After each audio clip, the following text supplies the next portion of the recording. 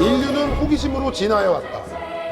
아담과 이브도 호기심의 사과를 먹었고 뉴턴은 떨어지는 사과에 대한 호기심으로 만유인력의 법칙을 발견했다. 뉴턴은 말했다. 호기심을 위대한 발견으로 바꾼 힘은 앞서 위대한 연구를 했던 거인들이 어깨를 내어줬기 때문이라고. 지금 세상은 뉴턴을 뛰어넘은 뉴턴을 원한다. 인문학으로 뉴턴한 지식거인들, 거인의 어깨.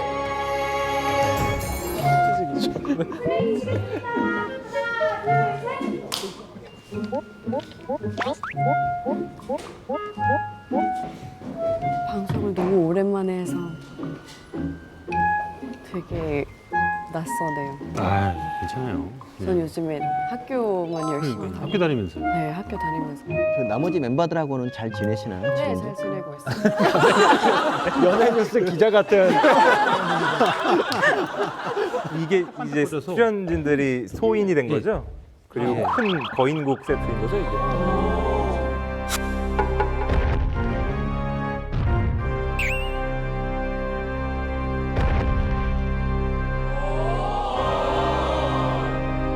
그리고 큰 거인국 세트인 거죠, 이게? 안녕하세요. 그러네요. 안녕하세요. 그러네요. 저기 거인 오셨다.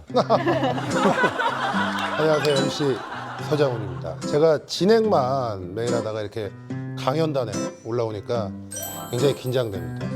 너무 반전 이런 거 없이 제가 나왔죠. 거인의 저를 섭외한 것 같다는 그런 생각이 좀 드는데 저희 거인의 어깨 첫 회에 제가 이렇게 강연단으로 올라온 특별한 이유가 있습니다. 바로 우리 프로그램 타이틀인 거인의 어깨를 좀 쉽게 알려드리기 위해서입니다. 그래서 저는 사실 이 거인이라는 말이 제 입장에서는 그렇게 썩 되게 유쾌한 이 단어는 아니거든요. 제가 예전에 그 선수 시절에 말이죠. 저한테 붙는 수식어 중에 골리앗이란 이 말이 굉장히 많이 이제 기사화 됐었어요. 골리앗이라는 건 뭐 잘 아시겠지만 성경에 그 어떤 다윗과 골리앗, 선과 악, 어떤 악의 상징이자 어이없게 돌팔매에 맞아서 바로 넘어가 버리는 그런 약간 좀 멍청함 뭐 이런 것들이 느껴지거든요. 그래서 만유인력의 법칙을 발견한 뉴턴도 이런 말을 했었습니다. 내가 더 멀리 보았다면 이는 거인들의 어깨 위에 올라서 있었기 때문이다. 자신의 업적은 이미 이루어졌던 위대한 연구들이 있었기에 가능했다. 뭐 이런 뜻이죠.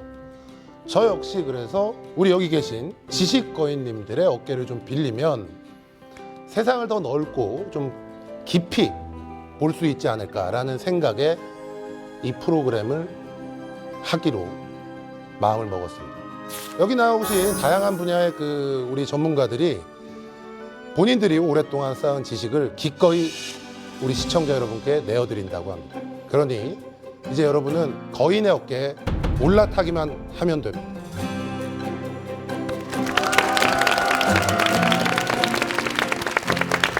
한 가지 주제를 다양한 시선으로 풀어보는 오늘 듣고 내일 써먹는 인문학 탐구생활 거인의 어깨. 자, 오늘의 주제를 공개합니다.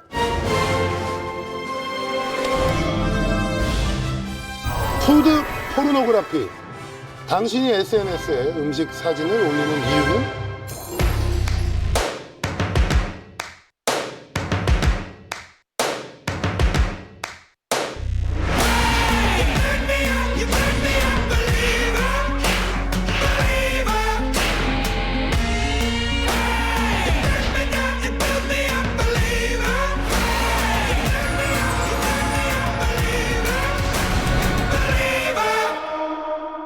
당시에는 공작도 먹고 백조도 먹고 비둘기도 먹었던 것 같습니다. 푸드 포르노라는 건 이미 중세 때부터 존재했다.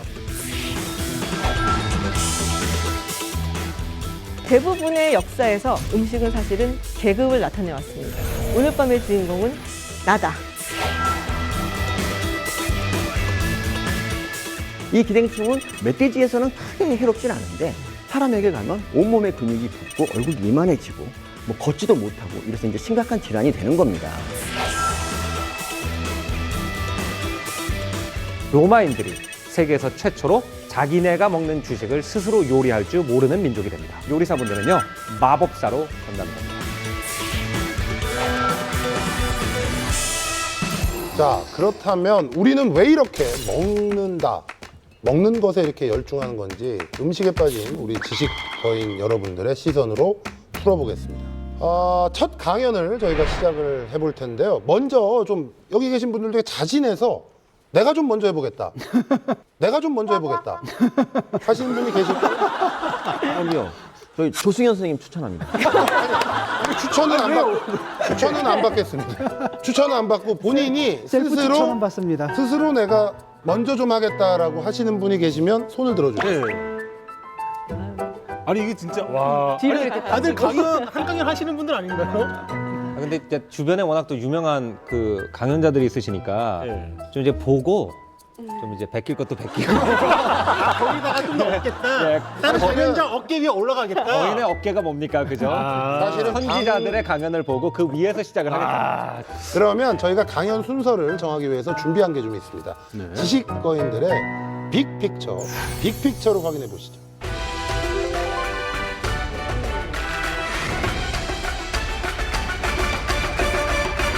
자, 저 빅픽처의 주인공이 누구신가요? 근데 저건 상상 속의 동물인가요? 돼지랑 닭이 반반씩 섞여 있는 것 같은데. 닭이죠. 돼닭, 예, 닭돼, 돼닭. 와, 바로 저 뭐지? 동물에 관한 이야기입니다. 네. 자, 오늘 그동안 저희가 정치 시사 전문가로서만 진중권 교수님을 내가 친구를 만나냐 깡패를 먼저 만나느냐는 아베 전화할 때마다 우리 또 따라 전화해야 됩니까? 자, 그다음에 핵 개발한다라고 하는데 변해에 동의하지 않는다고 내가 중국이라는 건 아니라는 거예요. 자, 우리 진중권 교수님 준비되셨죠? 예. 네, 우리 진 교수님 강의 들어보겠습니다. 임팩트 강하다.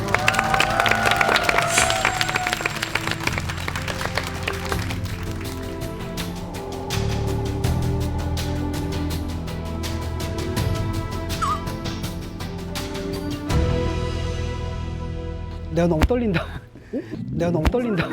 죄송해요. 기대했어.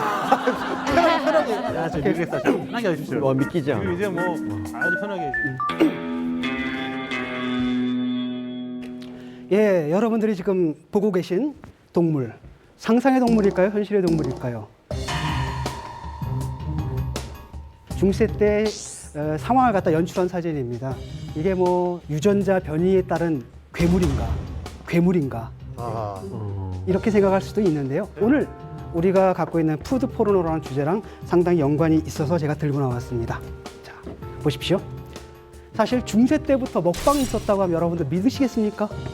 중세 때 먹방이요? 예, 물론 그때는 방송이 없었기 때문에 먹방도 없었겠죠. 하지만 먹방의 본질을 우리가 푸드 포르노라고 규정을 한다면, 말하자면 먹는 것에 그치는 게 아니라 먹는 것을 가지고 뭔가 시각적인 스펙타클을 연출하는 것으로 이해한다면 사실은 그 역사는 상당히 오래전부터 있었습니다.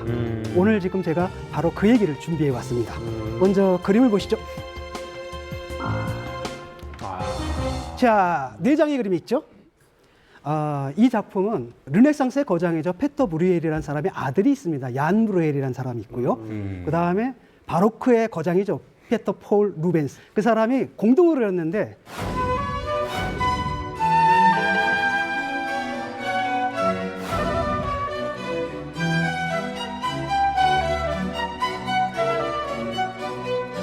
사실은 합작이지만 그 사인은 브루엘의 사인만 되어 있는 것으로 봐가지고 루벤스 같은 경우는 종속적인 역할만 한 것 같아요. 전체적인 컨셉트는 얀 브루엘이 주도한 그림 같습니다. 아, 루벤스가 같이 여기다가 그림을 같이 그렸다는 거죠? 네, 그렇죠. 뭐가 보이십니까?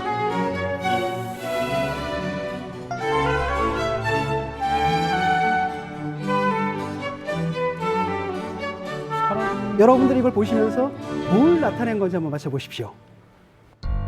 그림을 그리고 있는 모델이 있고 그림을 그리고 있는 뭐 이런 느낌인데요. 예. 약간 좀 각자의 어떤 주제들이 있는 것 같아요. 하나씩 하나씩 그 느낌? 예를 들어 첫 번째 약간 좀 저거 같은 경우는 어떤 뭐 눈으로 볼 수 있는 어떤 시각. 시각에 시각. 대한 그다음 청각, 청각. 청각, 예. 그다음 후각, 후각, 저건 촉각. 촉각. 예. 자, 첫 번째 시각의 그림을 한번 보이죠. 여기 보게 되면은 당시에 아주 값비싼 유화 작품들이 잔뜩 걸려 있고요. 여기 무슨 그림이 있죠. 조그만 그림. 이게 성화입니다. 어떤 성화냐면은 성경에 보면은 예수님께서 소경을 고치잖아요. 그랬더니 소경이 막 소리치죠. 저를 구원해 주십시오 라고 하니까 그때 예수님이 뭐라면 너의 믿음이 너를 구원했도다 해서 눈을 떴다는 그 얘기가 좀 담겨 있고요. 따라서 여기 있는 모든 디테일들은 다 뭐와 관계가 있냐면 시각과 관련이 있습니다. 다음 그림 한번 더 볼까요? 음악학자들이 참 좋아합니다, 이 그림을. 왜냐? 당시 르네상스 시대의 악기들이 여기 다 나와 있거든요. 지금 사라진 악기들. 그리고 지금 뭔가 연주하고 있죠? 이 악기를 류트라고 하는데 오늘날의 기타의 전신이라고 보시면 됩니다. 그리고 이거 뭐겠습니까? 예, 꽃이죠. 꽃들이 이렇게 잔뜩 있는데 실제로 거기 정원이 있습니다. 대공에 이제 궁정이 있으면 거기다 정원이 있고 그 정원에는 유럽에서 나오는 꽃만이 아니라 많은 경우엔 또 이국적인 꽃들이 있죠. 이국에서 나오는 꽃들을 수입해다 심기도 했습니다. 왜 그랬느냐? 여기 보시면 뭔가가 있죠. 이게 향수 만드는 겁니다. 향수 만드는 건데 지금도 향수 비싸죠. 차원이 다릅니다. 지금은 향수를 우리가 아마 분자식 이런 걸 이용해가지고 화학적으로 제조할 거예요. 옛날에 저 꽃을 따가지고 몇 톤을 따가지고 삶아서 거기서 증류를 해가지고 향기를 뽑아내서 만들었기 때문에 엄청난 거죠. 당시에 이제 향수도 굉장한 부의 상징이었죠. 이건 촉각인데요. 갑옷들이죠. 근데 재밌게도 앞에 것들은 되게 굉장히 긍정적인데 이 촉각은 뭐냐면 무기는 사람을 찌르잖아요. 굉장히 아프죠. 요 구석에 보면 이제 톱 같은 게, 요 톱 보이시죠? 이게 수술할 때 쓰는 톱입니다. 예를 들어 여러분들 수술 받을 때 아프죠. 그렇기 때문에 촉각을 갖다가 이렇게 표시하기 위해서 수술 도구와 갑옷을 갖다 놓은 겁니다. 근데 여기서 유일하게 긍정적인 건 뭐냐? 키스라고 있죠. 그러네요. 예, 키스라고 있죠. 입맞춤. 이게 이제 유일하게 긍정적인 표현입니다. 마지막으로 우리가 아직 보지 못한 거 바로 이번 강연의 주제인데요. 미각입니다. 엄청나죠? 저기 보이는 멀리 보이는 게 대공이 살았던 궁정이에요. 근데 궁정의 육해공군이 쉽게 말하면 이 사람이 얼마나 많은 영지를 가지고 있었는지를 갖다 자랑을 하는 겁니다. 하늘도 있고 땅도 있고 바다도 있고 숲도 있고 하늘과 땅과 바다와 숲 여기서 사는 그 동물들이 산채로 묘사가 되죠. 이렇게 오면은 요리 재료가 됐습니다. 지금 요리가 재료가 돼 있고 오늘날 우리는 돼지를 갖다가 가축들만 먹지만 당시에는 그 사냥한 그 야생 동물들도 참 많이 먹었습니다. 그래서 멧돼지도 좀 보이죠. 그다음에 쭉 가게 되면 여기가 뭐냐? 부엌입니다. 1년에서 궁정에서 보통 한 사람들이 1년에 한 돼지 20마리 정도를 소비했다고 합니다. 그러니까 얼마나 많이 먹었으면 저렇게 그냥 한 상 딱 부러지게 차려놓고 먹곤 했었습니다. 그리고 여기 보이는 게 바로 뭐냐? 디저트예요. 디저트까지 같이 먹었던 거고 여기서 보면 아주 독특한 점이 내 작품에서는 벌거벗은 여자하고 푸토가 그 아기 천사가 묘사가 되는데 여기는 누굽니까 이게? 사티로스라고 하거든요. 이 사티로스는 뭐냐? 반인반수예요. 그리고 이제 그리스 신화에서는 아주 통제되지 않는 본능과 욕망의 상징입니다. 색정마. 그래가지고 여기다가 막 술을 좀 따라주면서 먹으라고 하는데 저는 이 그림을 볼 때마다 뭐가 생각나냐면은 먹방 여신이 생각나요. 여기 먹방 여신이 있고요. 이건 누구냐? 별풍선 보내면서 이렇게 별풍선 때려 먹었던 겁니다. 주의 깊게 봐야 될 것은 요겁니다. 이게 뭡니까 지금? 백조 아니에요? 어휘? 여기요. 백조. 백조가 있고 백조예요? 예, 여기는 또 공작도 보이죠. 여기 비둘기도 보이죠. 아금류들이 이게 뭐냐면은 파이예요.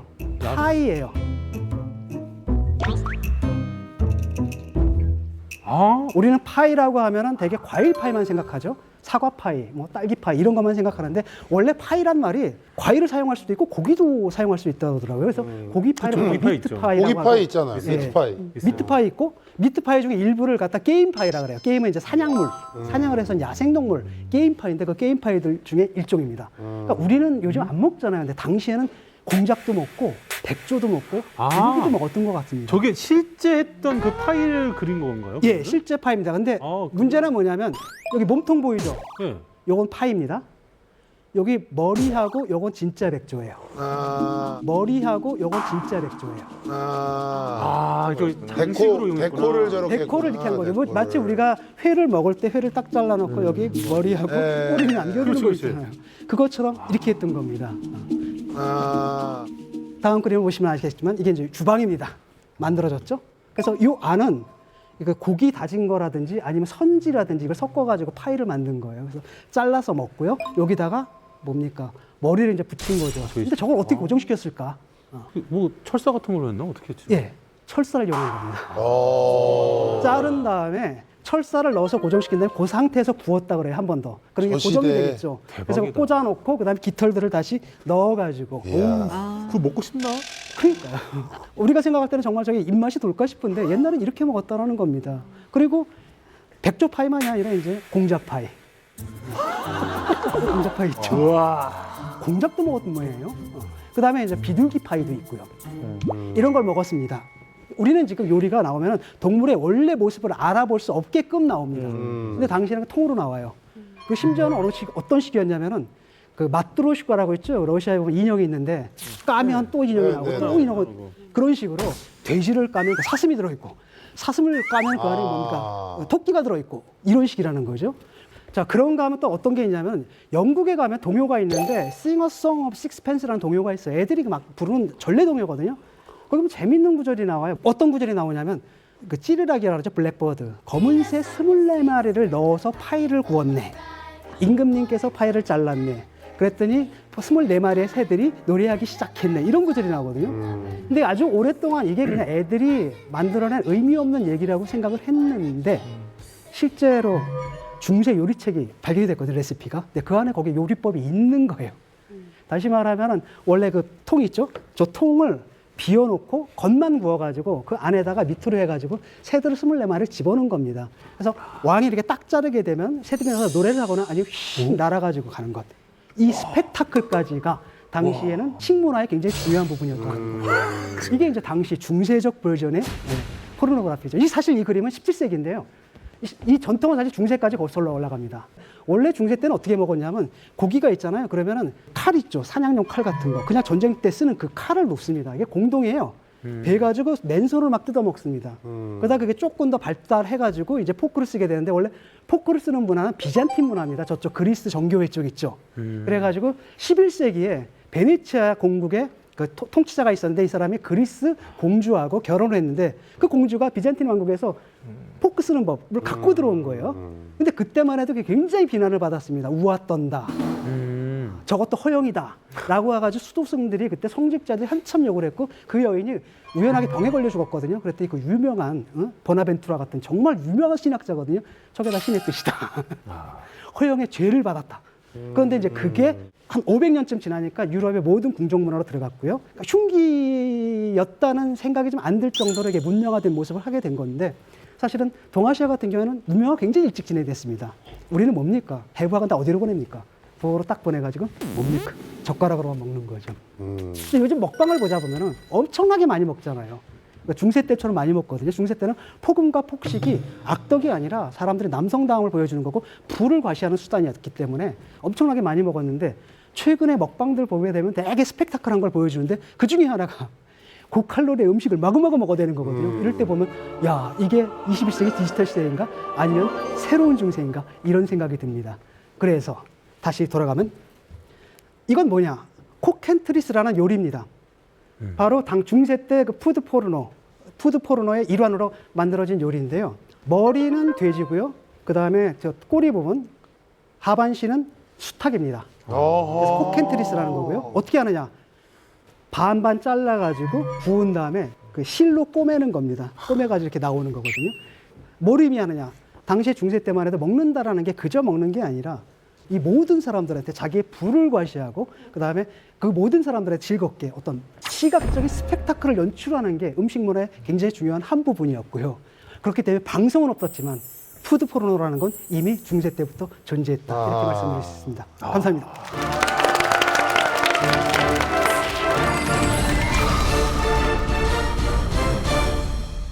박준우 기자님, 이게 푸드 포르노가 대체 뭡니까? 기본적으로는 음식을 맛이나 향으로 접근하기 이전에 시각적으로 굉장히 자극적으로 접근하는 아하. 문화를 얘기하는데요. 사실은 이 84년도에 처음으로 등장한 단어예요. 로잘린 카워드라는 저널리스트가 사진은 단편적으로 봤을 때는 예쁜 음식을 찍은 것에 끝나지만은 그 의미를 이 페미니즘적으로 접근하면은 이 여성의 이 행위를 그 예쁜 음식을 만들어야 되고 그런 거에 이제 집중해야 된다라는 어떤 종속적이고 예속적인 풀이를 했던 거죠. 90년대 말 2000년 초에 들어서면서 인터넷 사전에 이 푸드 포르노라는 단어가 등재가 처음 되고요. 그 뜻으로 이 지금 우리가 쓰고 있는 의미로 이제 정착이 된 거죠. 아, 근데 포르노가 하면 나쁜 건가요? 누가 나쁘대요? 아니 그죠.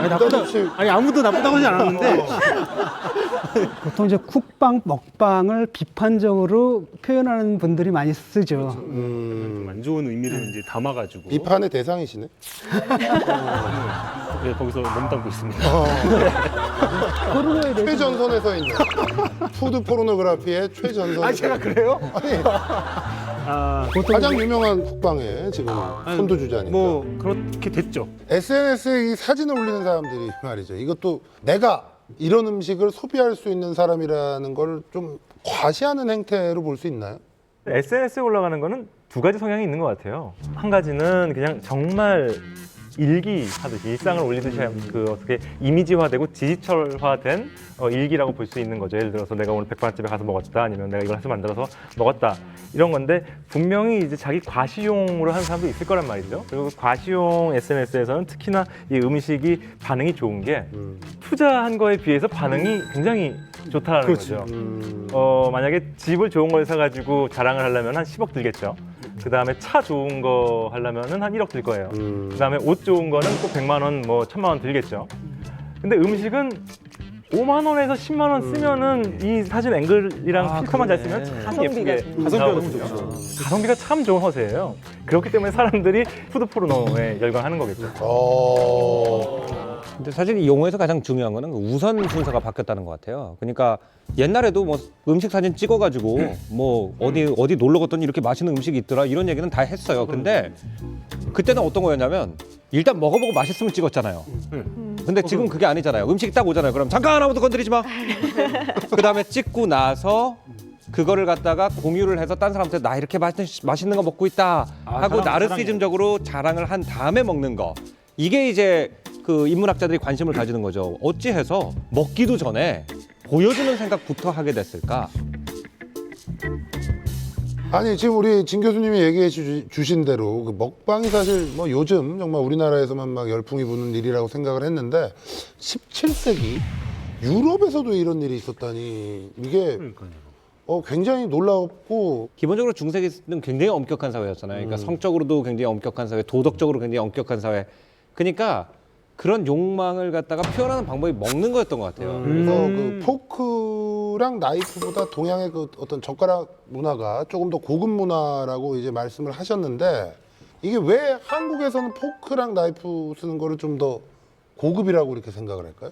아마도 서양 문화기 때문에 서양 문화. 네, 서양 문화기 때문인데 사실 포크와 나이프를 보게 되면 이게 식탁에서 해부학을 해야 된다는 얘기잖아요. 근데 우리 같은 경우는 이제 고기를 형태를 알아볼 수 없게끔 잘게 나와서 그걸 이렇게 먹으니까 사실 굉장히 문명화한 거죠. 동아시아 쪽이. 사람들은 기본적으로 이국적인 걸 굉장히 좋아하잖아요. 저희만 그런 건 아니거든요. 지금 현대의 서양을 보더라도 그 초밥집 가서 젓가락 쓰는 거 굉장히 고급 문화로 생각을 하고 젓가락하고 그 칼 얘기를 조금만 더 하자면 이 칼을 식탁에 올리는 게 사실 굉장히 위험한 행동이었어요. 중세기에는. 왜냐면 이게 무법천지였기 때문에 세상이. 찌를 수 있죠. 밥 먹다가 우리 농담하는데 이 형이 나한테 빈정상하는 말 했어요. 예를 들어서 뭐 이럴 수가 있었거든요. 그래서 이제 식탁에 올리는 칼을 보면 이게 위가 이렇게 동그랗지 않습니까? 그걸 리셸류 나이프라고 그래요. 쿠토 리셸류. 그 이유가 뭐냐면 리셸류라는 그 추기경. 추기경. 예, 추기경이 하도 귀족들이 이걸 가지고 사고를 많이 내니까 빈정상한다고 그 프랑스 궁전에 올리는 칼은 다 끝을 갖다 뭉뚱하게 잘라가지고 올리라고 명령을 내렸어요. 못 찌르게 하려고. 네, 그 정도로 그래서 사용되네. 그 정도로 사실은 그래서 사용되네. 이래야 되는 거야. 화가 나면은 열심히 하네 아주. 칼을 테이블에 올린다는 행동 자체가 상당히 야만적인 행동이었고 그래서 이제 우리 아시아에도 그거 있죠. 젓가락을 갖다가 이렇게 가르치는 건 굉장히 예의가 바르지 않은 행동. 또 일본에서는 젓가락을 갖다 똑바로 놓지 않고 이렇게 놓잖아요. 네, 옆으로. 그러니까 여기도 무사문하기 때문에 젓가락이 이렇게 포인트되어 있는 걸 보면은 이게 나 쪽으로 찔러러 오는 것 같은 협박을 느끼는 거거든요. 그래서 사실은 이제 나이프를 식탁에 올린다는 게 지금은 이제 세련됨의 상징, 서구의 상징 이렇게 느껴지지만 유럽인들 자신도 역사 속에서는 이런 흉기를 갖다가 우리가 밥상에다 올리는 게 이게 맞느냐라는 엄청난 담론이 옛날엔 있었다는 거죠. 자, 다음 강연 어떤 분일까요? 이제 저는 기생충 사진 보고 처음에 음. 두 가지 생각이 들었어요. 하나는 지렁이 같기도 하고 기생충 이런 생각이 들었고, 하나는 불꽃 축제 할 때 그거 이렇게 하는 거 있어요. 아, 중국식 불꽃 축제 느낌. 맞아, 여기 막 움직이는. 네, 그런 느낌 받았어요. 제가 지금까지 방송에서 만난 그 어떤 교수님들, 학자님들 중에 가장 독특한 캐릭터세요. 우리 서민 교수님이 어떤 이야기를 과연 해주실지 강연 시작합니다.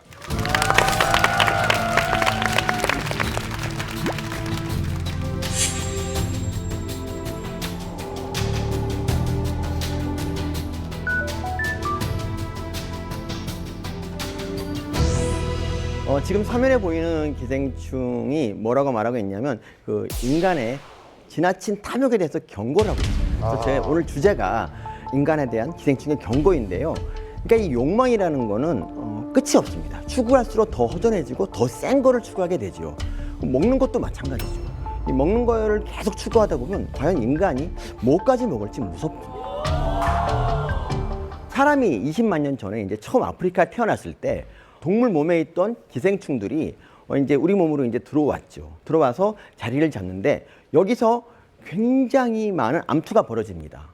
기생충도 뭐 식탐이 그렇게 많은 건 아니지만 그래도 좀 맛있는 거를 편안한 자리에서 먹고 싶었던 거죠. 그래서 이 전투 끝에 1등을 한 게 바로 회충입니다. 아, 회충. 네. 진중권 교수님도 어쩌면 회충에 걸렸을 수도 있는데 예전에 이 회충이 승리한 비결은 얘네들은 길이가 한 30cm 정도 됩니다. 그래서 우리 몸 안에서 아주 효율적으로 싸울 수 있고요. 두 번째로 얘네들은 알을 굉장히 많이 낳습니다. 암컷 한 마리가 한 20만 개 정도 알을 낳기 때문에 얘네들은 항상 때려 덤빕니다. 그렇기 때문에 누가 해볼 수가 없습니다. 그 덕분에 얘네들은 우리 몸에서 제일 좋은 위치, 그러니까 빈창자라는 곳이 있는데 거기를 가면은 우리가 씹어서 잘 반직해 놓고 소화효소까지 그냥 다 섞어놓은. 그러니까 회충은 거기 있으면은 그냥 주는 걸 그냥 받아 먹으면 되는 겁니다. 이 좋은 위치를 회충이 차지했습니다. 그리고 두 번째, 2등을 한 애들은 편충입니다.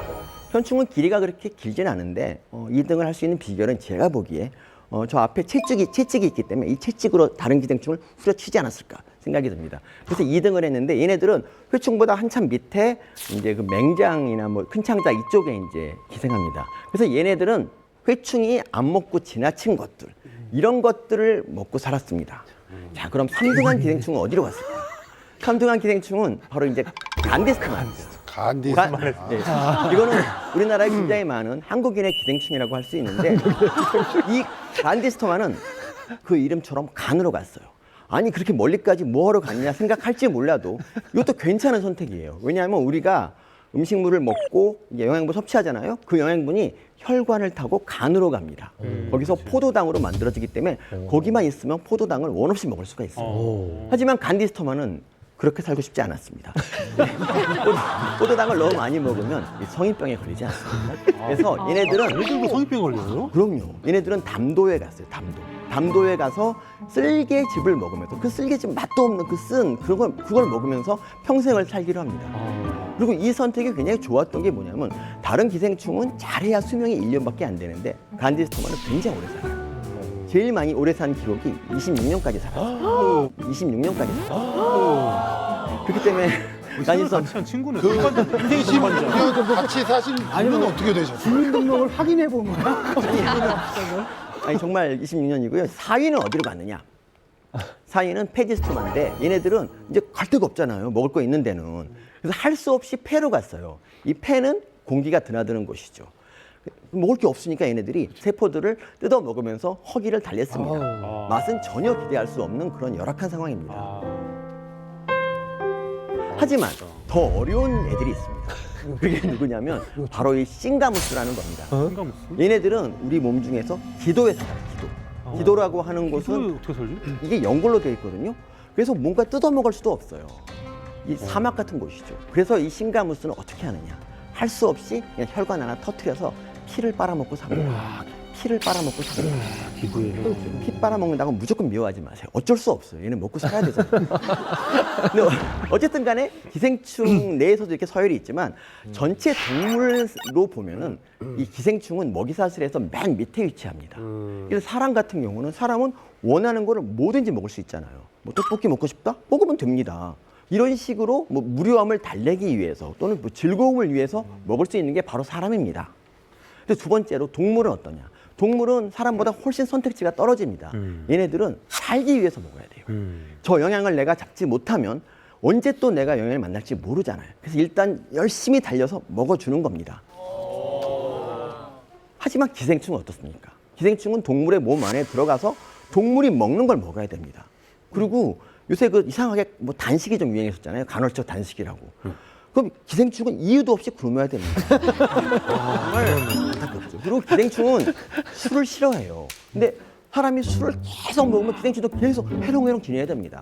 근데 이 사람은 너무 지나친 거죠. 자기 주변에 먹을 게 그렇게 많은데 다른 동물의 것을 뺏어 먹어요. 그래서 병에 걸리는 거죠. 이게 바로 그 기사인데요. 멧돼지 육회를 먹고 20명 정도가 이제 집단 감염이 됐다는 이런 사례인데 이게 좀 저는 어이없는 게 뭐냐면 그러니까 우리가 기르는 돼지 있잖아요. 이게 멧돼지랑 학명이 똑같습니다. 그러니까 우리가 멧돼지를 갖다 가축화시킨 게 지금 돼지란 말이에요. 그러니까 돼지를 먹으면 되지 굳이 멧돼지까지 먹으면 되느냐 이런 비판이 제기되고요. 최소한 그리고 다른 동물 거를 먹으려면 그래서 데워 먹는 정도의 예의는 갖춰야 되는데 이걸 육회로 먹는 그러면 그 안에 또 들어오는 거예요. 그래서 어떤 일이 이제 그러니까 이게 왜 나쁘냐면 지금 이 그림을 보시면 이게 이제 선모충이라는 기생충이고 모차르트가 이걸로 죽었다는 설이 있는데 어쨌든 이걸 보시면 멧돼지 그리고 쥐, 오소리 뭐 이런 야생동물들이 이 기생충을 막 주거니 받거니 하면서 이 기생충을 유지하고 있는데 사람이 나도 낄래 하고 낀 게 바로 이 멧돼지를 먹게 되는 겁니다. 이 기생충은 멧돼지에서는 크게 해롭진 않은데 사람에게 가면 온몸에 근육이 붓고 얼굴이 이만해지고 뭐 걷지도 못하고 이래서 이제 심각한 질환이 되는 겁니다. 그 다음으로 이 달팽이. 이 달팽이를 보시면 혹시 서장훈 씨는 무슨 생각하세요? 이거 보시면 이게 원래 그 크기가 있다시만은 거인 달팽이에요. 거인 대 거인. 자, 무슨 생각하세요? 달팽이 하면 떠오르는 게 뭐 옛날 패닉밖에 그치? 네. 아니 그런 거 그거밖에는 뭐 특별하게 요리 달팽이. 그러니까 이거 보시면 왠지 그 초고추장에 그냥 찍어서 바로 먹고 싶지 않으세요? 그래야 조금 들은 것 같아요. 그렇죠. 실제로 소라랑 비슷하게 생기기도 해서 실제로 이거를 보고 바로 회로 먹고 싶어, 생으로 먹고 싶어 하는 사람도 있었습니다. 1980년에 우리나라 원양어선이 이제 동사무에 갔을 때 이 달팽이를 보고 굉장히 감격을 합니다. 그래서 이제 그분들이 이거를 다 이제 회로 먹었어요. 근데 그러니까 이제 문제가 생기기 시작합니다. 막 머리가 너무 아프고 막 구역질 나다가 나중에 이제 막 소변을 막 지르게 되는 거예요. 그러다 결국 이제 의식을 잃은 사람이 3명이나 됐고 나중에 병원으로 옮겨서 치료를 받았는데 정말 안타깝게도 한 분이 돌아가셨습니다. 이런 비극. 근데 바로 이 달팽이 때문인데 이 달팽이 속에 뭐가 있느냐? 바로 이런 기생충이 있는 겁니다. 지랑 닮은 거 갖고 있는 이 기생충. 달팽이처럼. 그렇죠. 닮은 거 있죠. 근데 이 기생충은 어떤 기생충이냐면 광동 쥐열선충이라고 우리나라는 없지만 뭐 사모아 섬이나 중국 같은 데 있는 그런 기생충이에요. 이것도 쥐하고 달팽이하고 사이에서 이렇게 기생충을 전달하고 받고 좀 키워주고 받고 이런 사이클을 유지하고 있는데 갑자기 또 사람이 끼어들어서 쥐가 먹어야 할 달팽이를 사람이 먹는 겁니다. 그래서 이런 기생충에 걸리는 거예요. 기생충 입장에서 봐도 황당한 게 뭐냐면 사람한테 들어가 버리면 더 갈 데가 없습니다. 그냥 이 기생충은 죽어야 돼요. 그러니까 이렇게 어른으로 자라지도 못하고 짝짓기도 못한 채 바로 죽어야 됩니다. 장가도 못 가고. 그러니까 기생충 입장에서 보면은 이게 사람이 되게 얄미워요. 왜 네가 이걸 먹느냐 이런 겁니다. 그리고 인간이 꼭 탐욕 때문에만 먹는 건 아니에요. 달팽이가. 이분은 이제 중국에 사는 23살짜리 이제 남자분인데 이분은 불면증에 심해가지고 민간요법으로 아까 이제 봤던 그 이쁜 달팽이 그걸 먹었습니다. 근데 조금 머리가 아프다가 바로 잠이 들어요. 그러니까 효과가 있구나 싶었는데 그게 알고 보니까 의식을 잃은 거예요. 그래서 결국 완벽한 자매까지 없네요. 헐레벌떡 이제 병원에 실려가서 이제 정말 필사적으로 치료를 해서 겨우 나왔습니다. 거의 목숨이 이용할 뻔했죠. 우리가 예전에 이런 걸 왜 안 먹었느냐? 이 달팽이가 위험하다는 걸 알고 있었기 때문입니다. 이것이 의미하는 것은 무엇일까요? 달팽이가 먹기 좋게 아름답다고 해서 무조건 먹지 마라. 평소 먹던 걸 먹어라. 이런 경고가 아니겠습니까? 이 말을 제가 하는 이유가 뭐냐면 지금은 이제 인간에서는 최소한 기생충이 다 멸종했잖아요. 그렇죠? 우리나라만 해도 2%밖에 안 돼요. 근데 인간 말고 다른 야생동물에는 기생충이 다 있어요. 그렇기 때문에 인간이 조금만 방심하면 다시 기생충이 창궐할 수 있습니다. 기생충은 바로 이런 점을 경고하고 있습니다. 조심해라, 내가 간다. 이상으로 마치겠습니다.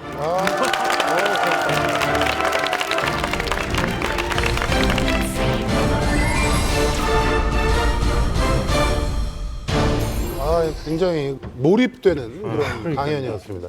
그 박사님 말씀 결국은 기생충은 죄가 없다.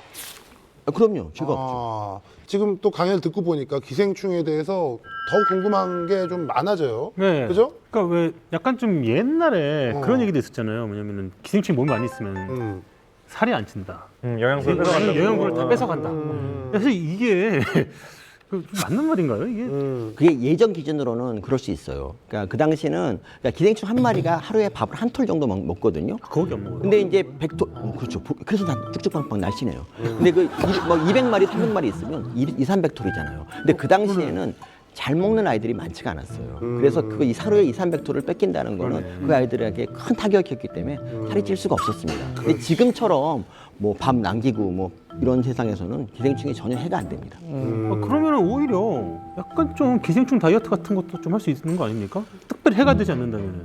그러려면 기생충을 한 몇백 마리 정도 먹어야 되기 때문에 몇백 마리 속에 그것도 먹어야 넣어놓고 되는 있어야 되기 때문에 이게 뭐 지금도 뭐 그렇게 좀 원해서 뭐 알 달라는 사람들이 있는데 좀 원해서 뭐 알 달라는 사람들이 있는데 있어요 진짜로? 그러니까 저는 근데 주지 않죠. 근데 그게 이제 실제 기생충이 먹어서 없애는 별로 아닌데 이제 그게 어떤 효과가 있냐면 속에 기생충이 있다고 생각하면 밥맛이 떨어져요. 그렇기 때문에 밥을 잘 안 먹게 됩니다. 혹시나 정말 혹시나 이건 뭐 그럴 일이 없지만 정말 혹시나 이건 뭐 그럴 일이 없지만 네. 만에 하나라도 이걸 보시고 나도 기생충 다이어트를 좀 해봐야겠다. 기생충 다이어트를 좀 해봐야겠다. 라는 어리석은 생각을 하시는 분이 제발. 아니, 일단 구하기가 힘들어요. 아니 뭐 기생충을 몸에 아니 그러니까 기생충에 어서 왜 회충 기생충에 감염된 무슨 뭐를 먹겠다 이런 생각도 아주 조차도 너무 위험하죠. 그럼요. 하시면 안 됩니다. 물론 뭐 안 하시겠지만 혹시나 제가 좀 혹시나. 추가적인 말씀을 하자면 이제 기생충이 두 종류가 있어요. 사람 기생충이 있고 동물 기생충이 있는데 제가 지금까지 위험하다고 말씀드린 건 다 동물 기생충이에요. 그러니까 사람 기생충에 걸리면 크게 뭐 이렇게 위험하진 않습니다. 회충이 뭐 있다고 해도 아니 아까 그 술을 많이 마시면 기생충이 싫어한다. 또 담배 펴도 뭐 기생충 나간다 뭐 이런 얘기도 있잖아요. 옛날에 그 할머니들 담배 핀 게 횃배 앓으면 담배 폈잖아요. 아니 사실 뭐 담배 핀다 이런 거 술 먹는다 이런 거 가지고는 절대 기생충이 나가지 않습니다. 몸만 망가질 뿐이 있어요. 저 같은 경우는 미용실에 자주 가는데 네.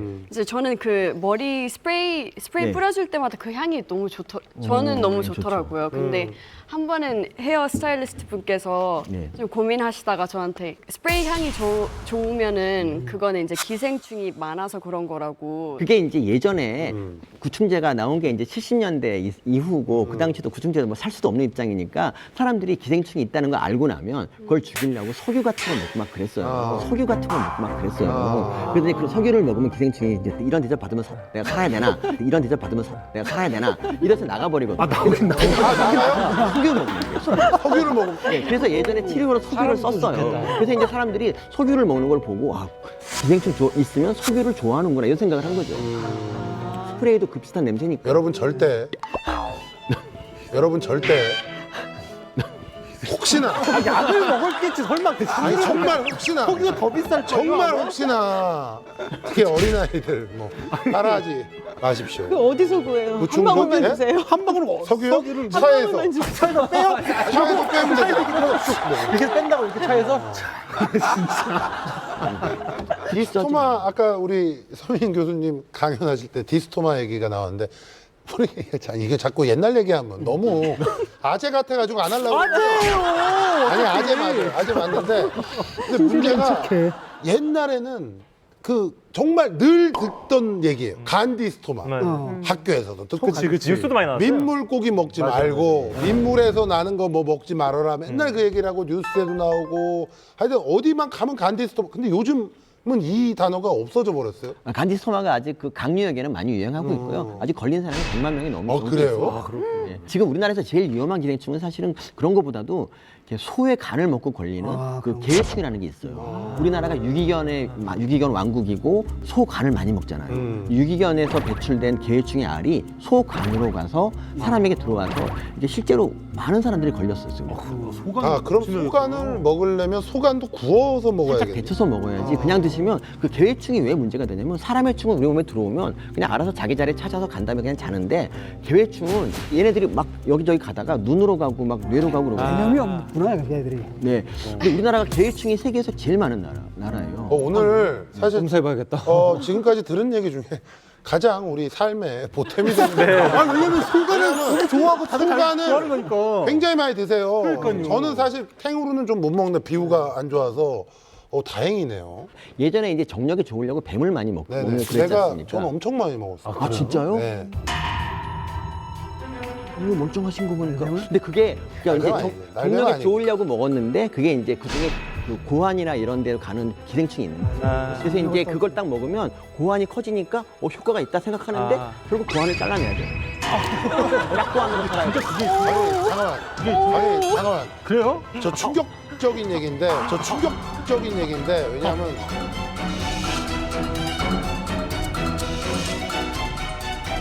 뱀을 날로 먹었을 때 얘기하는 거예요. 날로 먹었을 때. 저 같은 경우에 이제 예전에 제가 운동을 하니까 사실 뭐 건강원에서 찌는 약탕기 찌는 거 있잖아요. 그냥 문을 닫고 이제 불을 떼면 제 얼굴에 막 뭐가 많이 났었어요.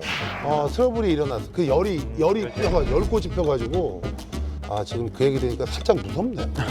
살짝 무섭네. 아니 근데 우리가 그래도 날로 먹는 게 주로 생선이잖아요. 저는 생선회를 되게 좋아하거든요. 네. 그러니까 물론 민물 생선은 날로 안 먹어요. 근데 바다 생선은 뭐 날로 먹어도 안전한 건가요? 아 그럼요. 그게 그러니까 기생충은 걸릴 확률이 한 지금 우리나라에서 10만 분의 1 정도밖에 안 됩니다. 회를 아무리 먹어도. 그러니까 그냥 드시고요. 우리 회는 또 먹어줘야 되지 않습니까? 날 것에 대한 우리의 그 욕망이 있어요. 이 정말 오늘 참 여러 가지 아주 재밌는 기생충 얘기를 저희가 나눠봤습니다. 하여튼 굉장히 신비하네요. 또 아니, 저희가 생각했던 거랑은 좀 다르게. 그렇죠. 어. 나름대로 의식도 있는 애들입니다. 예. 자, 다음 강연은 어떤 이야기일지. 우선 저기에 힐러리랑 트럼프 사진이 있는데 네. 일단 음식 관련된 주제인데 왜 저분들이 계시는지 너무 궁금하고 오케이. 대선 후보 토론했을 때도 되게 흥미있게 봤었거든요. 그래서 음식과 어떤 관련이 있는지 강연을 얼른 한번 들어보고 싶습니다. 자, 저 빅픽처의 주인공이 누구신가요? 접니다. 김지훈 박사님. 자, 그럼 위에 강연단으로 좀 모시겠습니다.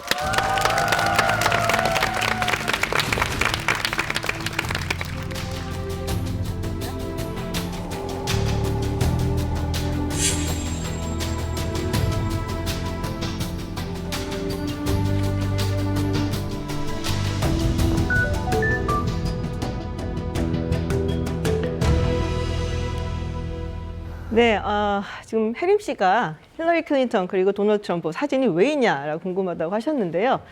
이 두 사람 뭐 다들 아시다시피 2016년 미국 대통령 선거에 나왔었던 민주당, 공화당 후보들이었죠. 정치인하고 음식하고 무슨 관계가 있을까? 사실은 이 정치인과 혹은 정치와 음식 간에는 굉장히 긴밀하고 또 전략적인 그런 비밀이 숨겨져 있습니다. 이 사람은 혹시 아는 분이 계실지 모르겠어요. 예, 굉장히 오래된 프랑스 사람인데 이름이요. 이름 미슐랭 아니에요? 아, 감사합니다. 네, 이 사람은요, 굉장히 프랑스의 유명한 법관이자 정치인이자 또 미식가입니다. 장 앙텔름 브리아 샤바랭. 이 사람이 한 굉장히 유명한 말이 있어요. 한 번쯤 들어보셨을 거예요. 당신이 오늘 먹은 것을 이야기해보라. 그러면 나는 당신이 누구인지를 말해주겠다. 저 부검할 때 하는 얘기 아닙니까? 부검. 뭐라고 얘기 아닙니까? 그러니까는 이 음식이라는 것이 나의 정체성을 나타낸다라는 것을 사실은 나타내는 말이죠. 그래서 우리가 이제 유명한 레스토랑에 가서 이제 밥을 먹고 혹은 밥이 나오자마자 그 사진을 찍어갖고 SNS에 올리고 이런 모든 행동들이 사실은 나의 정체성을 알리기 위한 것이다라고 이제 말씀을 좀 드리고 싶어요. 자, 굉장히 유명한 그림인데요. 로마의 아주 화려한 연회장이죠. 우리가 먹는 음식은 사실은 그 사회에서 항상 어떤 사회적인 혹은 정치적인 경제적인 계급을 상징을 해왔습니다. 전제군주 시대라든지 아니면 제국주의 시대라든지 많은 사람들이 연회를 베풀 때 거기서 내가 얼마나 훌륭하고 위에 있는 사람인지를 나타내주기 위해서 굉장히 화려하게 연회를 베풀고는 했었죠. 그리고 사실은 파티를 열었을 때 이 사람들이 모든 음식을 똑같이 주지 않았어요. 내가 왕이다 그러면은 나는 제일 좋은 걸 먹고 계급별로 이렇게 낮춰갖고 주고 평민들은 이제 밖에서 이렇게 냄새 맡고 있다가 이제 시간 다 끝난 다음에 이렇게 나눠주면 그거 받아 먹고 뭐 이런 식으로 했다고 하죠. 그 중에 이제 유명한 사람이 바로 이 인물입니다. 헬리팔세죠. 이 헬리팔세가 어마어마한 대식가였다고 하죠. 그리고 이 헬리팔세가 이제 관장을 했었던 햄튼 궁전의 연회는 진짜 어마어마했다고 해요. 무지막지한 양의 음식이 제공이 됐는데 이 헬리팔세가 유난히 좋아했었던 음식이 있습니다. 바로 맨치트라는 빵이에요. 아하. 이게 그러니까 하얗고 고운 밀가루로 만든 하얀 빵이거든요. 말랑말랑하고 우리가 요새는 사실 건강을 생각한다고 해서 검은 빵, 뭐 호밀빵, 통곡물빵 이런 걸 많이 먹지만 흰 빵은 옛날에는 귀족들만 먹을 수가 있었어요. 우리나라 똑같네. 우리는 옛날 쌀밥, 쌀밥, 흰 쌀밥, 이밥이었지. 그렇죠. 우리가 흰쌀밥 좋아했던 거랑 똑같은 건데 이 정제를 하다 보면 흰 빵을 만들려다 보면 한 40%가 날아가요. 그러니까 정말 비효율적이고 그러니까 부자들이나 귀족들만 먹을 수가 있었는데 그걸 통해서 이제 자기를 드러내는 거죠. 나는 이렇게 특별한 존재다. 오늘 밤의 주인공은 나다. 오늘 밤의 주인공은 나다. 이런 거를 이제 보여주는 그런 행동이라고 할 수가 있습니다. 원어원. 그러니까 대부분의 역사에서 음식은 사실은 계급을 나타내 왔습니다. 물론 이제 우리가 지금 뭐 전제군주 사회에 살고 있는 것도 아니고요.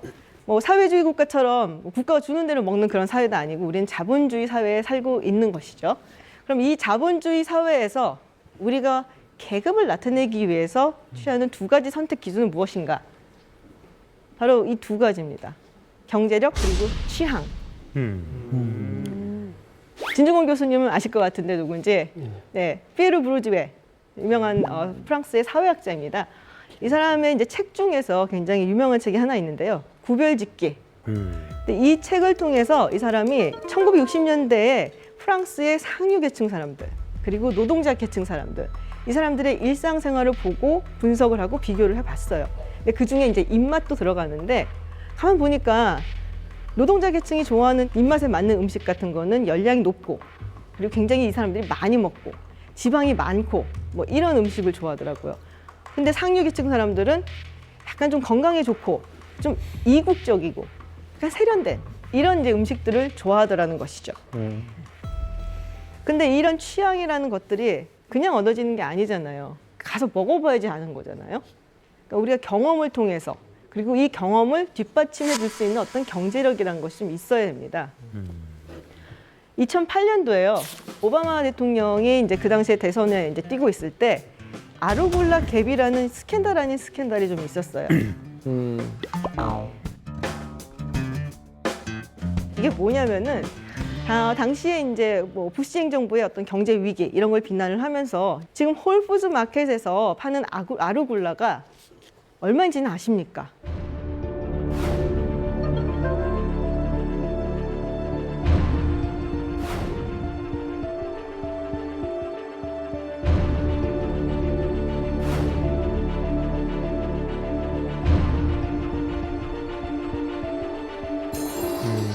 이게 왜 비판을 받았을까요?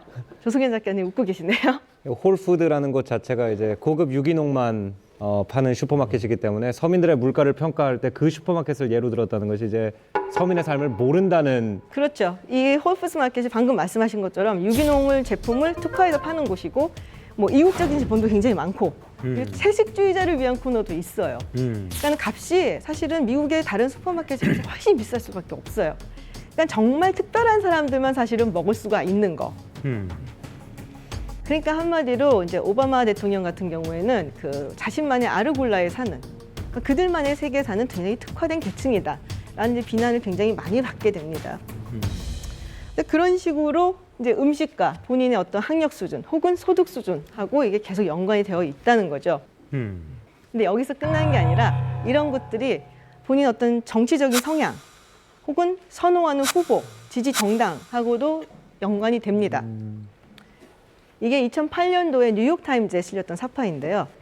그림을 보시고 딱 떠오르는 생각이나 어떤 느낌 혹은 가장 눈에 띄는 거. 야, 이거 되게 비유적인 건데.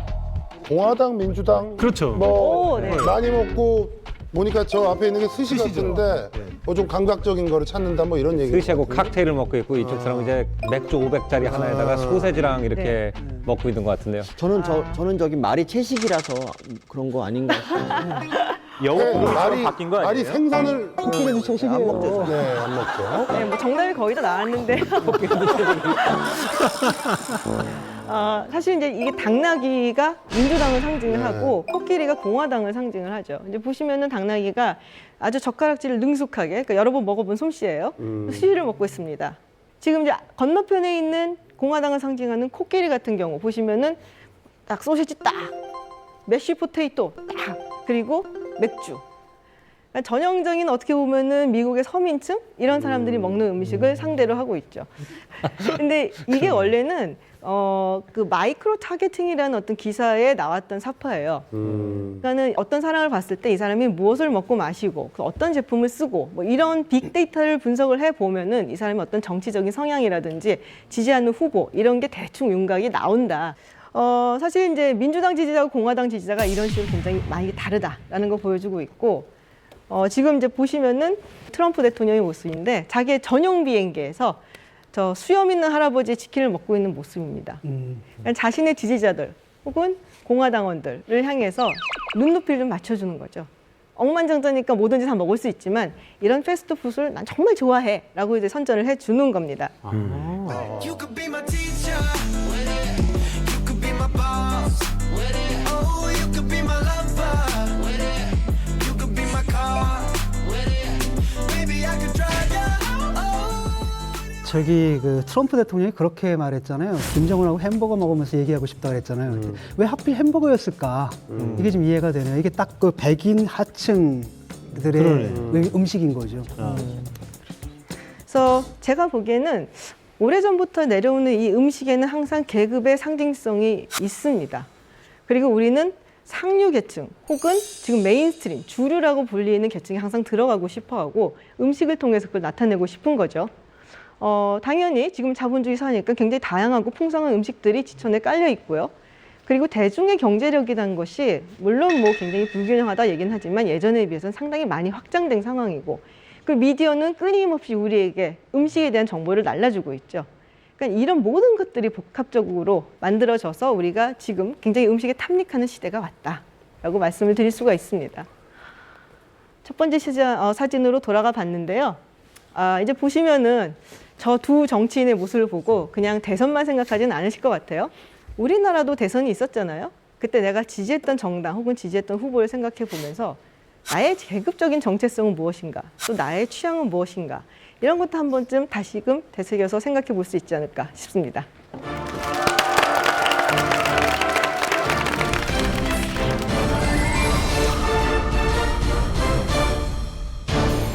먹는다는 것이 그 나의 계급이 반영돼 있다라는 이제 해석을 우리 김지훈 박사님이 해주셨는데 아무튼 이제 박사님께서 아까 전에 이제 힐러리랑 클린턴의 사진 가지고 얘기하셨는데 사실 우리나라도 선거철 되면은 재래시장 가가지고서 그렇게 먹방을 하지 않습니까? 보면은 막 그런 것도 약간 좀 뭐 어떤 정치인들의 어떤 그런 음식 관련 특수성이 있는 건가요? 뭐 김영삼 전 대통령 같은 경우 굉장히 서민적이고 칼국수. 최초의 민간 대통령이니까 뭐 그런 걸 강조를 했었고요. 김대중 대통령 같은 경우는 대식가라고 굉장히 하시는데? 대식가고 네네. 호남 음식을 많이 올렸어요. 청와대 만찬 같은 홍어라든지 이런 거. 이제 호남 정권이다라는 얘기도 있지만 남도 음식을 한 차례 약간 좀 업그레이드 시켜줘요. 뭐 그런 효과도 사실 있었고 문재인 대통령 뭐 굉장히 소박한 음식 좋아하시잖아요. 뭐 소탈하게 곰탕이라든지 비빔밥 뭐 이런 거 올리고 어차피 그 정치라는 것은 결국에는 상징이에요.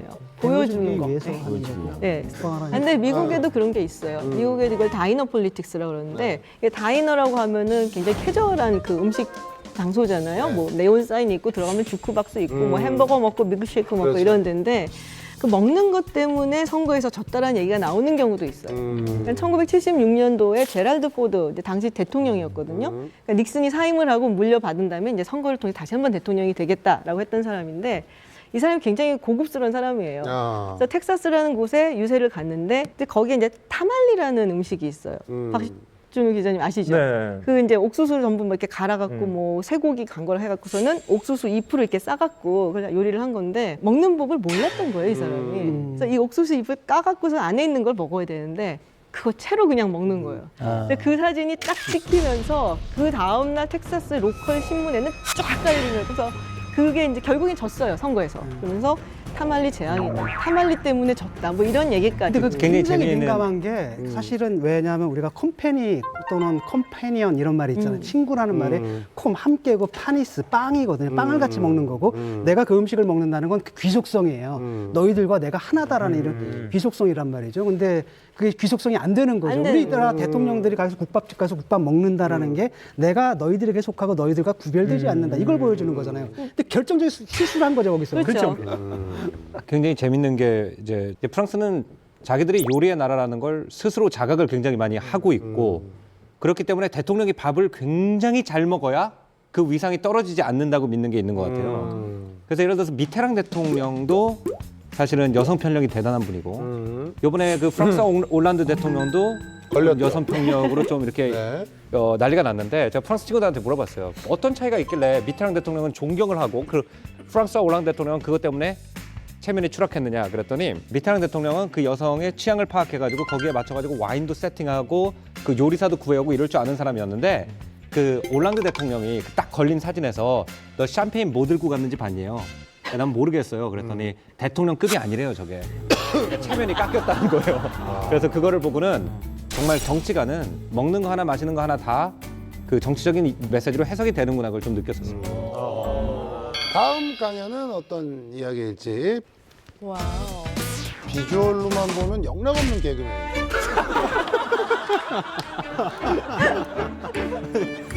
김풍 작가님을 강의 자료로 가져온 사람은 접니다. 저 때문에 강의 자료가 되셨습니다. 죄송합니다. 아예 별 말씀을. 예.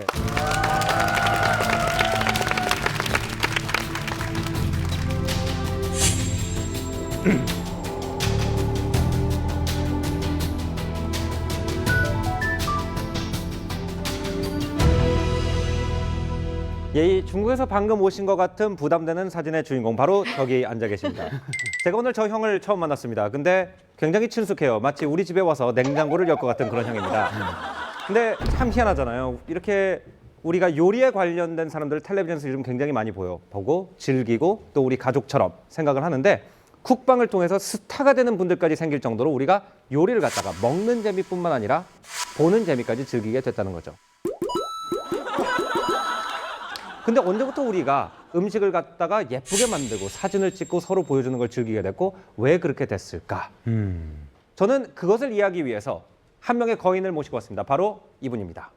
미국의 SF, 즉 공상과학 작가인 아서 클락이라는 분인데 이분이 이렇게 얘기했어요. 첨단 과학기술을 보면은 사람들은 이것을 마법이라고 생각한다는 거죠. 저는 이렇게 생각합니다. 요리에는요 엄청나게 많은 과학기술이 들어있어요. 우리는 단지 그것을 과학기술이라고 인지하지 못하는 겁니다. 요리 안에 얼마나 많은 기술과학이 들어있는지 제대로 이해를 하지 못해서 돌아가신 분들이 있어요. 그분들이 바로 이분들입니다. 이분들은 오스트레일리아 사람들이에요. 호주 사람들인데요. 버크와 윌스라는 사람이에요. 호주는 원래 이제 원주민들이 살고 있었죠. 그런데 영국에서 백인들이 이제 배를 타고 이주를 해옵니다. 그럼 배를 타고 이주를 해왔기 때문에 당연히 내륙에 사는 것이 아니라 해안선에 몰려 살아요. 근데 산업혁명이 발달되면서 석탄이라든지 금이라든지 철 이런 거에 대한 요구가 엄청나게 늘어나죠. 그러니까 오스트레일리아 사람들이 잠깐 우리나라 가운데 뭐가 있는지 우리가 모르고 있는데 거기 들어가면은 진짜 돈 되는 게 많을지도 모른다라는 생각을 합니다. 그래서 이 두 분이 원정대를 만들어서 호주를 남북으로 가로질러서 이 안에 뭐가 있는지를 찾으러 긴 여행을 떠나요. 호주의 가운데는요 아웃백이라는 무시무시한 사막이 있습니다. 정말 세계에서 가장 거친 사막 중에 하나예요. 근데 사막에서 길을 잃었어요. 근데 사막에 먹을 게 없잖아요. 그러니까 식량이 떨어져 가는 겁니다. 어떻게 할까 고민을 하고 있는 중에 주변에 원주민들이 돌아다니고 있는 걸 보게 돼요. 그래서 이 원주민들을 따라가다가 보니까 이 친구들이 어떤 풀을 채취해서 그 풀로 빵 비슷한 걸 만들어 먹는 걸 보고 대략 그거를 흉내내서 그 풀빵을 먹었습니다. 근데 결과는 어떻게 됐습니까? 이 왼쪽에 있는 그림처럼 영양실조에 걸려서 모조리 죽습니다. 모조리 죽습니다. 이게 어떻게 된 걸까요? 자, 이 풀은요 이렇게 생긴 풀이에요. 근데 이 풀에는 독소가 들어가 있습니다. 어떤 독소가 있냐면 사람의 몸 안에 들어왔을 때 비타민 B 성분을 잡아먹습니다. 그러니까 이걸 계속 먹게 되면 비타민 부족이 걸려가지고 몸이 제 역할을 할 수가 없게 된다고 합니다. 근데 이 원주민들은요 대대로 이 지역에 살아왔고 이 식재료를 대대로 써왔기 때문에요 그들의 조상들이 전해준 방법으로 요리를 하면 이 독소가 없어져요. 그래서 오스트레일리아 백인들이 어설프게 원주민을 따라 했을 때 이 독소가 살아남아서 죽게 된 거라고요. 그러니까 원주민들한테 너 왜 그런 방식으로 요리를 해? 그러면 이게 첨단 과학기술이라고 절대로 얘기하지 않겠죠. 그 사람들은 그냥 우리 조상 대대로 이런 방식으로 요리를 해왔어 라고 얘기를 할 겁니다. 하지만 그거를 모르는 사람한테는 이게 첨단 과학기술이에요. 저는 이렇게 생각합니다. 지금 쿡방에서 방송을 하시는 요리사분들은요 요리사로 사람들이 보는 게 아니라 마법사로 본다는 겁니다. 마법사로 본다는 겁니다. 그러니까 이게 대대로 경험이 축적되면서 진짜 거인의 어깨에 서는 것처럼 우리는 선조들의 지혜를 물려받아가지고 요리를 하면서 살았어요. 증조 할아버지 시대만 해도 산에 가가지고 딱 보면은 접어서 먹는 거다 먹지 않는 거다. 우리 선조들은 다 개개인이 알았고 동네 전체가 알았습니다. 맞아. 근데 이것을 우리가 잊어버렸어요. 이것을 잊어버리니까 요리하는 사람들이 마법사가 됐다는 거죠. 말투가 원래 저러시지 않은데 말투가 원래 저러시지 않은데 원래 여기 올라가셨죠? 올라가면 달라져, 사람. 굉장히 톤이 달라지셨어요? 그분이 오신 것 같은. 강의 말투죠, 강의 말투. 우리나라에서는 이 현상이 조금 더 빨리 간 이유가 있어요. 왜냐하면은 우리나라의 원래 요리 환경은 저런 부엌입니다, 그죠? 우리나라는 아궁이가 있고 또 밖에 마당이 있어가지고 거기다 장독대를 쫙 놓고는 거기다가 된장, 고추장, 김치 이런 걸 보관을 해놨어요.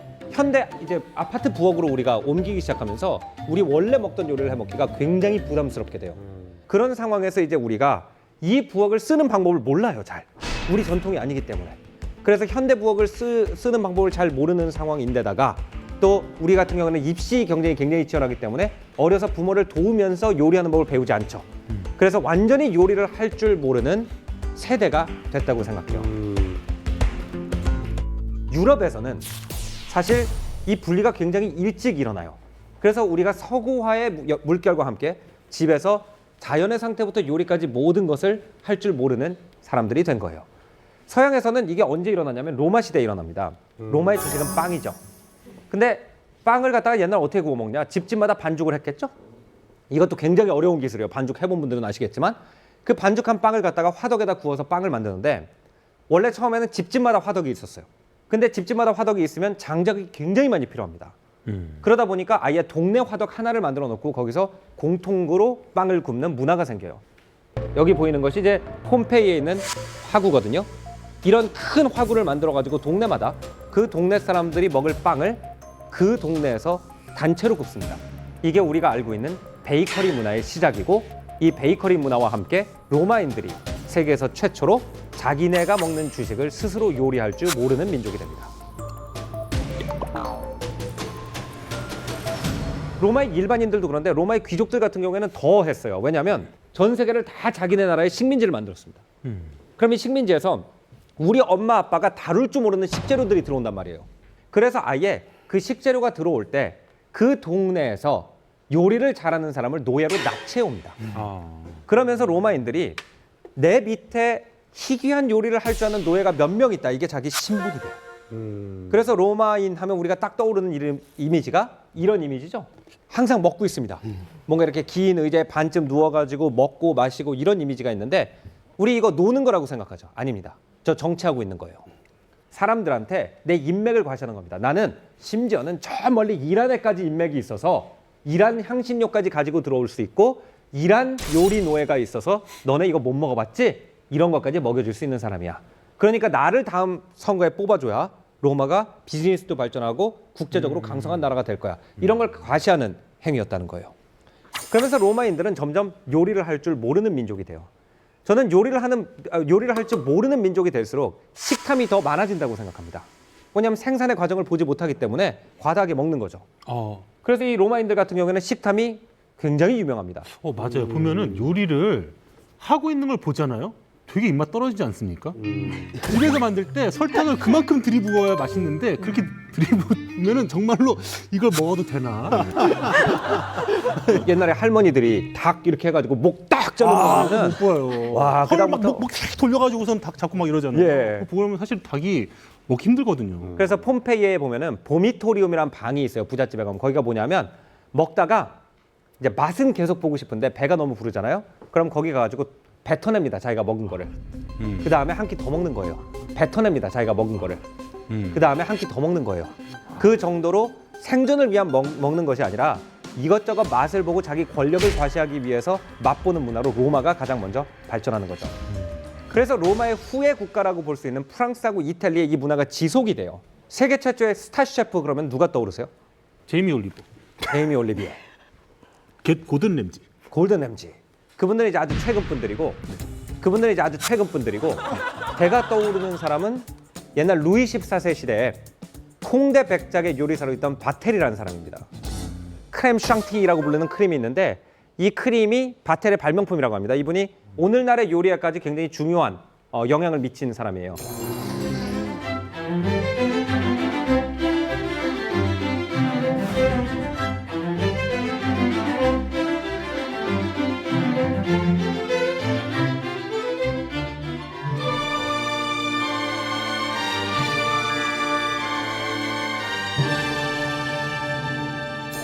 근데 이 사람을 현대인들이 알고 있는 이유는 사실은 프랑스의 국민 배우 제럴 데팔디우가 주연한 바텔이라는 영화가 있어서 그래요. 근데 그 영화에 보면 어떤 장면이 나오냐면 루이 14세랑 콩대 백작이랑 카드 내기를 합니다.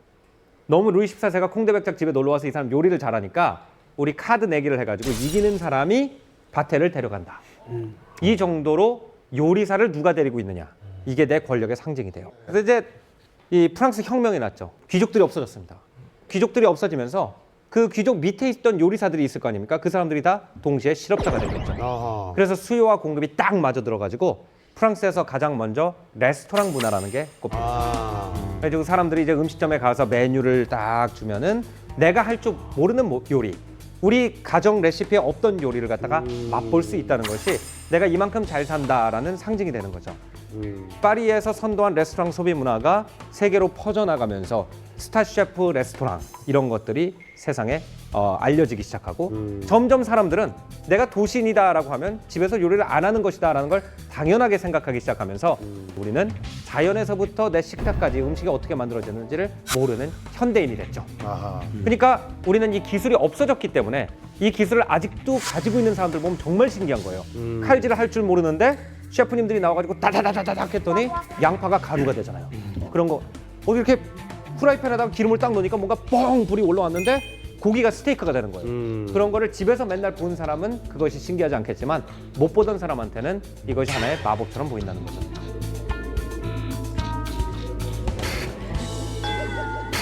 김풍 형님은 말하자면은 마술쇼의 MC라고 할 수가 있습니다. 감사합니다.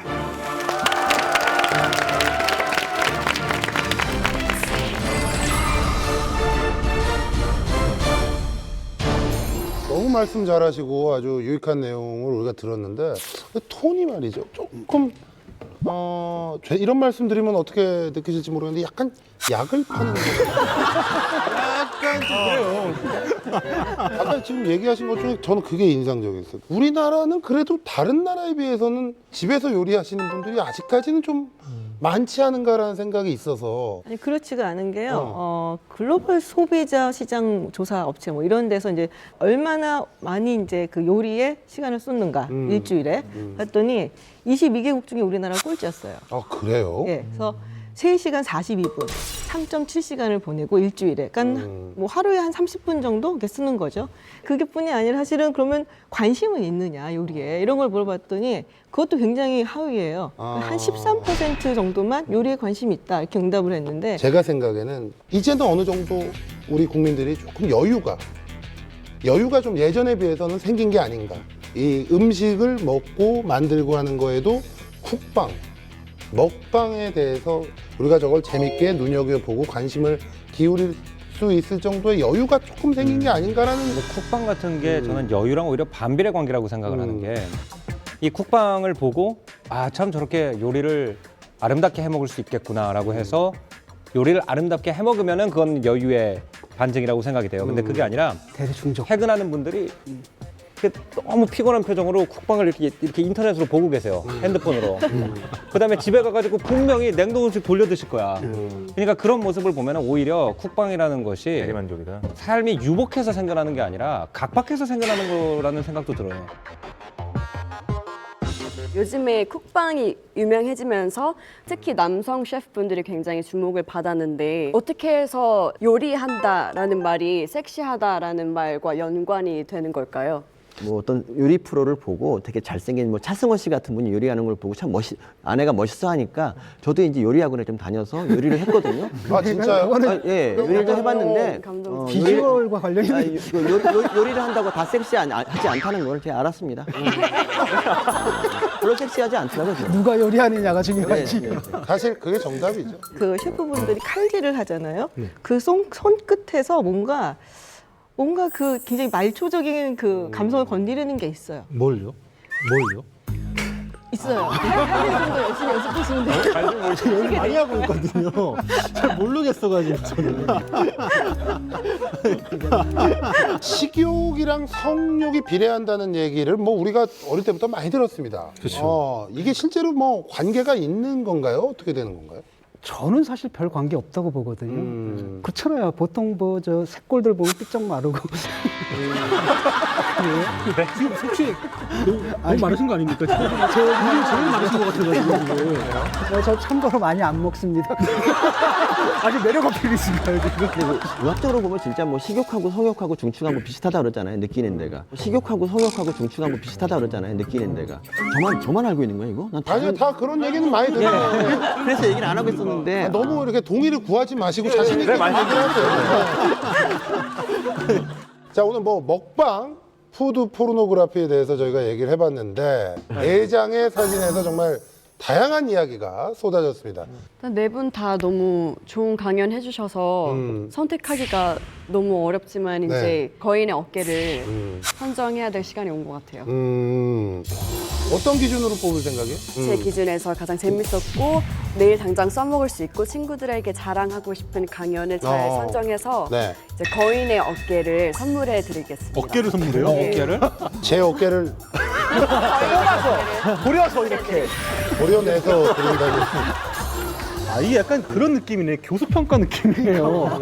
학기 말에 교수 평가. 맞아 진짜. 그러니까 좀 F 받은 애들이 악담 써놓는데. 그러니까 말이에요. 근데 그게 성적이 나오기 전에 다 작성할 수 있는 거죠. 아니, 그러니까 보통 F 받은 애들은 알거든. 오 뭔가 맞아요. 네. 그럴싸해. 야, 이거 상자네요. 돈 많이 엄청난 들였네 제작진. 고급스러운 한번 열어볼게요.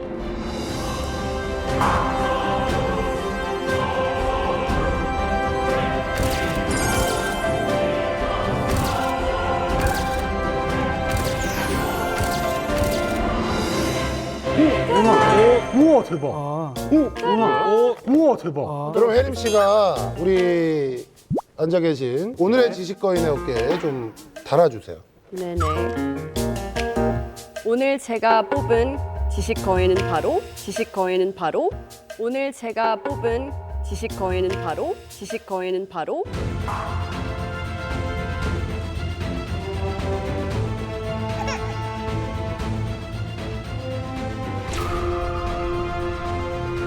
호민 서민 박사님. 서민 박사님. 감사합니다. 잘 어울리시는데? 안 떨어져. 원더걸 숙장. 자, 어렵게 생각했던 인문학을 아주 쉽고 재밌게 풀어봤습니다. 오늘 듣고 내일 바로 써먹는 인문학 탐구 생활 거의 내 어깨. 다음 주엔 더 잘 써먹을 수 있는 내용으로 찾아오겠습니다. 감사합니다. 지식거인 당신의 어깨를 빌려주세요. 새로운 분들이 많이 찾아주셨어요. 너무 남자분들만 계시네요. 그래서 우리가 상실감이 큰 거예요. 혼만의 시대 너와 나의 대화법. 셰익스피어도 언어 파괴 주범이라는 얘기를 들을 때가 있었습니다. 진짜 소통이 없는 인간은 더 이상 만물의 영장이 아닌 거죠. 기생충을 향해서 지금 가고 있는지도 모릅니다. 선생님, 기생충을 무시하지 말라고 그렇게까지 말씀을 하시고 그게요, 그때 달라요. 영원히 우리가 인공지능을 두려워할 필요가 없을까? 많은 사람들이 그러면 SNS에 왜 혼잣말을 할까요? 소통이 이렇게 어렵습니다, 여러분. 이 모든 게 다 소통입니다.